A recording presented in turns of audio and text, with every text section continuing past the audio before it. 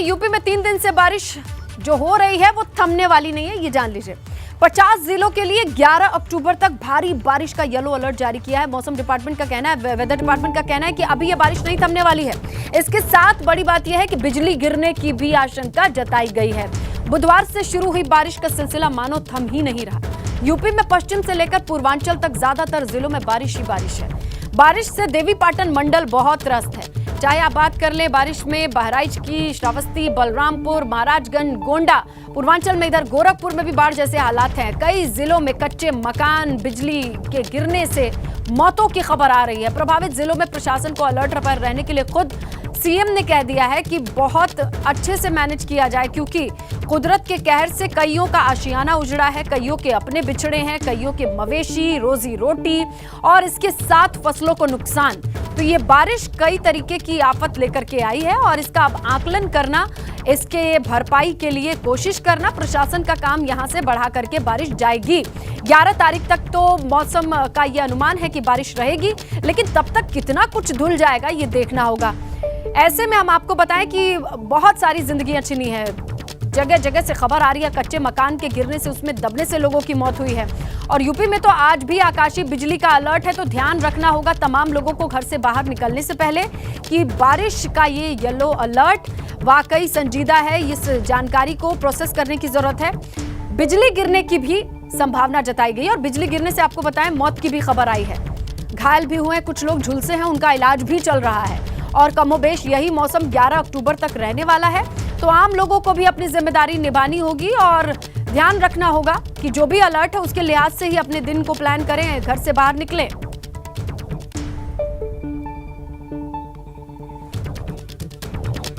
आइए हम भी आपको कैमरे की मदद से जगह जगह हमारे तमाम सहयोगी जो मौजूद हैं वो अपने अपने क्षेत्रों की डिटेल लेकर के आए हैं। रतीश त्रिवेदी हमारे सहयोगी कानपुर से, अनुभव शर्मा बुलंदशहर से, विक्रांत हमारे सहयोगी पीलीभीत से हैं, रविंद्र जयंत हमारे सहयोगी ये भी जुड़ेंगे और अम्मार हमारे सहयोगी श्रावस्ती से जुड़े हैं, शक्ति गाजियाबाद से जुड़े हैं।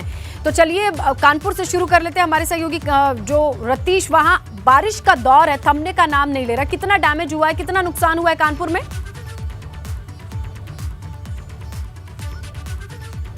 देखिए, मौसम विभाग भी ये अनुमान लगाने में लगा हुआ है, आकलन करने में लगा हुआ है कि ये बारिश जो हो रही है वो कैसी कब तक बारिश होगी। लेकिन बारिश का अनुमान कानपुर और आसपास के क्षेत्रों में 12 तारीख तक बताया गया है कि 12 तारीख तक ये बारिश होगी, जो अक्टूबर के पहले हफ्ते में थम जाया करती थी, लेकिन पूरे अक्टूबर में बारिश होगी ऐसा भी मौसम विभाग का कहना है। अगर आकलन किया जाए हानि का तो शुक्रवार को एक व्यक्ति की मौत बिजली गिरने से हुई थी, कल कुछ मवेशियों की मौत हुई है और बारिश ज़बरदस्त हो रही है। लेकिन फिलहाल इस वक्त धूप निकली हुई है, धूप छाँव का मौसम चल रहा है और बारिश हल्की नहीं हो रही है, बारिश तेज हो रही है। कुछ ही देर के लिए होती है, 1 घंटे के लिए होती है, लेकिन काफ़ी तेज बारिश होती है और उसके बाद सड़कें जलमग्न हो जाती हैं और लोगों की परेशानियां बढ़ जाती हैं। रतीश की कभी धूप निकलती है और कभी इतनी तेज एक बारिश से लोग समझ ही नहीं पाते। विक्रांत का रुख कर रहे हैं क्योंकि विक्रांत अभी छाते के साथ दिखाई दे रहे हैं, यानी अभी भी बारिश हो रही है।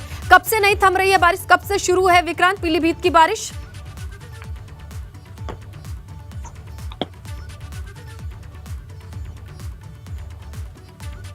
विक्रांत, आप तक आवाज पहुंच रही है मेरी?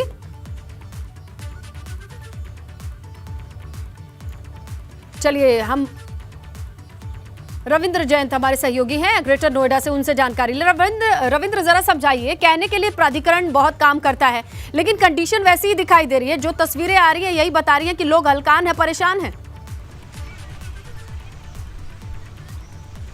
जी, लगातार जिस तरह से 2 दिन से रुक रुक कर बरसात हो रही है, उससे कहीं ना कहीं जो गठुआ के वासी हैं वो परेशान हैं। देखिए, इस बरसात से कहीं ना कहीं गर्मी से राहत तो मिली है, लेकिन जिस तरह से जो बरसात हो रही है, जो फसल है उसको भी नुकसान हो रहा है। और जो प्राधिकरण की जो कह सकते हैं कि प्राधिकरण लगातार लाख वादे करता है कि ड्रेनेज सिस्टम सही रहेगा और कहीं भी जलभराव की स्थिति पैदा नहीं होगी, लेकिन जिस तरह से रुक रुक कर बरसात हो रही है तो कहीं जलभराव की स्थिति पैदा हो गई, कहीं नहीं। देखिए, इंडस्ट्री क्षेत्र यूपीएसआईडीसी का जो क्षेत्र है उसमें लगातार बरसात हो रही है, वहां पर जो है जलभराव की स्थिति पैदा है। जो इंडस्ट्री के जो लोग हैं वो लगातार परेशान हैं और वो लाख कई बार जो है सीएम साहब से भी और जो जो है लोकल स्तर पर भी जो है डीएम साहब और अथॉरिटी में भी कई बार शिकायत लिख चुके हैं, लेकिन उनकी जो परेशानी हल नहीं होती है। अब तो वहाँ पर हल्की सी बरसात हो जाती है, कुआं खोदने का फायदा नहीं होता है। देखिए जयंत, अगर यहाँ पर वो लोग मदद भी मांग ले तो ऐसे में मदद कोई खासी मदद होगी नहीं। इन सब चीजों की तैयारी बहुत पहले से होती है। अम्मार हमारे सहयोगी श्रावस्ती से जुड़े हैं।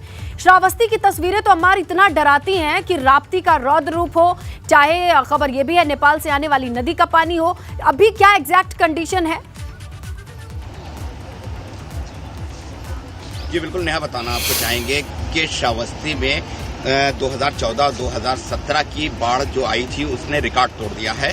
कम से कम 150 से ज्यादा मकान गांव जो है प्रभावित हैं। एनडीआरएफ की टीमें लगी हुई हैं, लेकिन आपको ये तस्वीरें भी हम दिखाना चाहेंगे कि ये आसपास के गांव हैं जो पूरी तरीके से पानी में डूबे हुए हैं। कुछ तस्वीरें आपको हम इधर दिखाना चाहेंगे कि ये जो सड़क है, ये सड़क पर भी पानी चल रहा है। सभी श्रावस्ती से सभी जो लिंक मार्ग हैं, जो जुड़ने वाले लिंक मार्ग हैं, वो पूरी तरीके से टूट चुके हैं। एनडीआरएफ की टीम सहायता के लिए लगी हुई है। आसपास के जितने इनकी आपकी से बेहतर कौन बताएगा? जी बिल्कुल जी, हम पूछने की कोशिश कर रहे हैं कि सर आपको ये बताना चाहेंगे कि सड़कों पे लोग आके रहने लगे हैं, ये बात करेंगे। कितने गांव चाचा डूबे होंगे लगभग? हम कुछ और लोगों से बात कर रहे हैं। खड़े हो जाइए, खड़े हो जाओ। कितने गांव डूबे होंगे? ऐसा कम से कम 10-12 गांव है। 10-12 गांव है इस तरफ के? इस तरफ के खाली। जी, तो लोग वहाँ एनडीआरएफ की टीमें कुछ पहुँच रही है? आपका कोई नहीं, अभी कोई नहीं पहुँचा। ये सामने टीम है। ये आपका गांव है? ये 15 ये पूरा डूबा हुआ है? हाँ, पूरा डूबा हुआ है। ये लोग कहाँ जैसा कि आप देख रही है कि लोग बता रहे हैं कि पूरा डूबा हुआ है। लोग सड़कों पर आ चुके हैं। ये लोग सड़कों पे आ चुके हैं, सड़कों पे रह रहे हैं। कहाँ रह रहे हैं आप लोग? यही सड़क पे, यही आशियाना बना रखा है। कब से रह रहे हैं? घर कैसे जाते होंगे? घर कोई व्यवस्था ही नहीं, तो घर कैसे जाएगा? कब से रह रहे हैं आप यहाँ पे? 3 दिन हो गए। 3 दिन से सोते कहाँ हैं? यहाँ पे ये लोग पलायन करके आ चुके हैं। आपको हम तस्वीरें दिखाएंगे। ये लोग सड़कों पे ही पलायन कर रहे हैं, यहीं लेटते हैं, यहीं बैठते हैं। इंडिया जो प्रशासन की टीमें लगी हुई हैं वो आ रही हैं बराबर। यहाँ पर एम्बुलेंस भी खड़ी हुई है और एनडीआरएफ की टीमें भी लगी हुई हैं तमाम सहायता करने के लिए। तो सब ठीक है, लेकिन सर मैम ये देखिए कि इसका क्या नाम है, पानी नजर आ रहा है सड़कों पे, क्योंकि इनके जाने का रास्ता, गाँव तक पहुँचने का रास्ता नहीं है। हम आपको कुछ तस्वीरें और दिखाएंगे कि ये जो तेज धारा में पानी बह रहा है उसके पीछे भी एक गांव है नासिरगंज का, काला कहलाता है। ये पूरी तरीके से घिरा हुआ है पानी में। यहाँ तक पहुँचने के लिए नामुमकिन है। यहाँ पर एनडीआरएफ की टीम किसी तरीके से पहुँच रही है और लोगों को सुरक्षित स्थान पे पहुँचाने की कोशिश कर रही है। नेहा, कहाँ पहुँचा रही है? अम्मार, दिख तो रहा है ये लोग सड़क पर क्यों है और कौन कहाँ पहुँचा करके ले जाया जा रहा है? जरा डिटेल में बताइए, दर्शकों की समझ आए।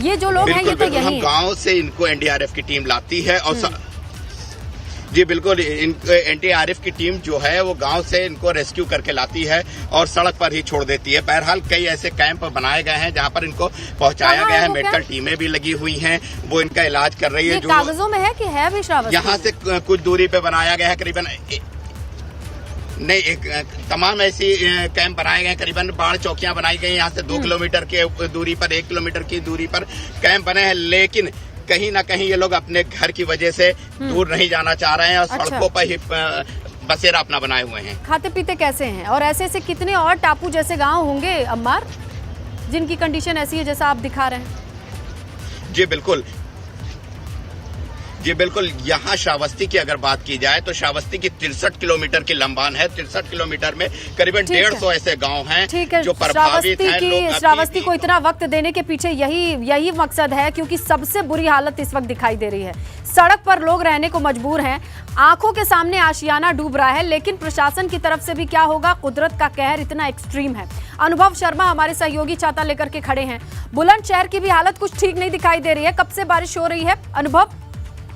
जी देखिए, आपको बता दूं कि लगातार पिछले 24 घंटे से बुलंदशहर में जो तेज बारिश है वो हो रही है और आपको जो तस्वीरें हम दिखाना चाहेंगे, आप देख सकते हैं। आप इन तस्वीरों में ये बुलंदशहर बदायूं मार्ग है और यहाँ पर जो गड्ढे हैं उनमें बारिश होने के कारण जलभराव हो गया और यहाँ पर कई लोग चोटिल भी हो चुके हैं गिर के। और ये तस्वीरें जिला प्रशासन को भी देखनी चाहिए, क्योंकि जिस तरीके से ये गड्ढे पहले से इसी रोड में हो रहे थे, अब बारिश होने के बाद ये जानलेवा साबित हो रहे हैं। साथ ही आपको बता दें कि कुछ इलाकों में जलभराव के साथ साथ कई सड़कें हैं जो बैठ चुकी हैं और उनमें कम से कम 5-5 फीट गहरे गड्ढे हो चुके हैं और कभी भी कोई बड़ा हादसा हो सकता है। तो जिला प्रशासन को भी ये तस्वीरें देखनी चाहिए और इन पर सख्त कार्रवाई करते हुए आपको बता दें कि लगातार जिस तरीके से बारिश हो रही है बुलंदशहर में, तो लोगों का जो घर से निकलना है वो मुश्किल हो गया। साथ ही जो बच्चे हैं उनके लिए भी बारिश काफी मुसीबत का सबब बनी हुई है।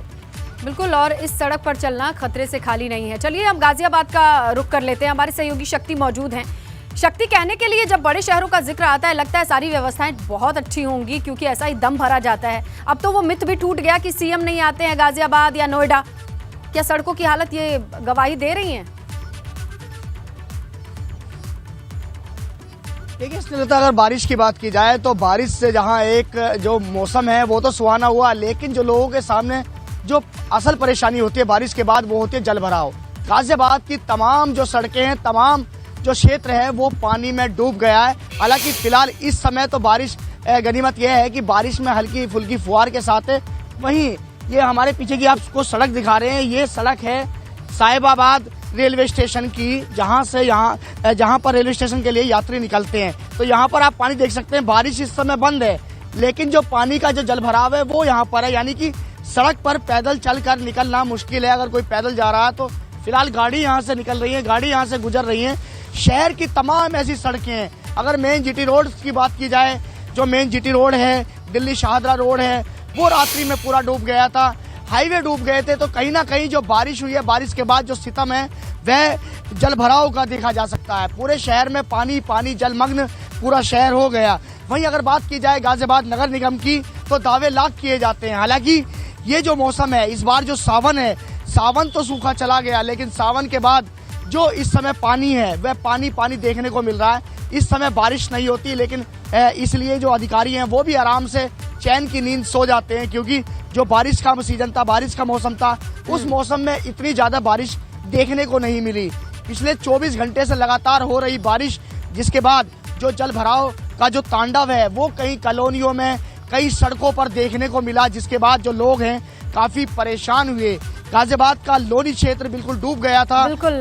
गाजियाबाद का अगर NH9 की बात करें, NH24 की बात करें तो वहां पर भी काफी पानी देखा गया। कौशाम्बी क्षेत्र जो कि गाजियाबाद का सबसे महंगा क्षेत्र है, और वहां पर अगर बात की जाए तो सबसे पॉश इलाका माना जाता है। कौशाम्बी दिल्ली से बिल्कुल सटा हुआ, वहां पर पानी पानी। यूपी बॉर्डर की बात की जाए गाजियाबाद का, तो यूपी बॉर्डर पर जहां पर तमाम ट्रांसपोर्ट एरिया जो वो पानी में बिल्कुल जलमग्न है रात से। तो गाजियाबाद के तमाम ऐसे शहर तमाम ऐसी जगह, कॉलोनियां हैं, सड़कें हैं जो पानी से में इस समय लबालब भरी हुई हैं। हालांकि इस समय जो बारिश है, बारिश कुछ कम है, इसलिए हम भी छाता लेकर इस समय नहीं खड़े। लेकिन जिस तरीके से पिछले 24 घंटे से बारिश हो रही थी, बड़ी बात तो ये है ना शक्ति की अभी भी मौसम विभाग ने नहीं राहत दी है।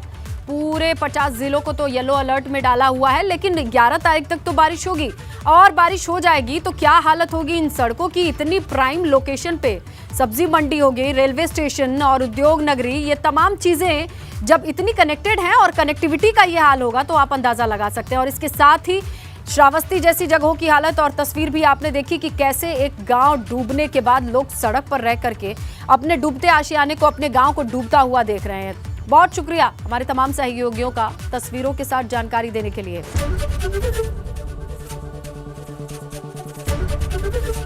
एबीपी गंगा, खबर आपकी, जुबान आपकी।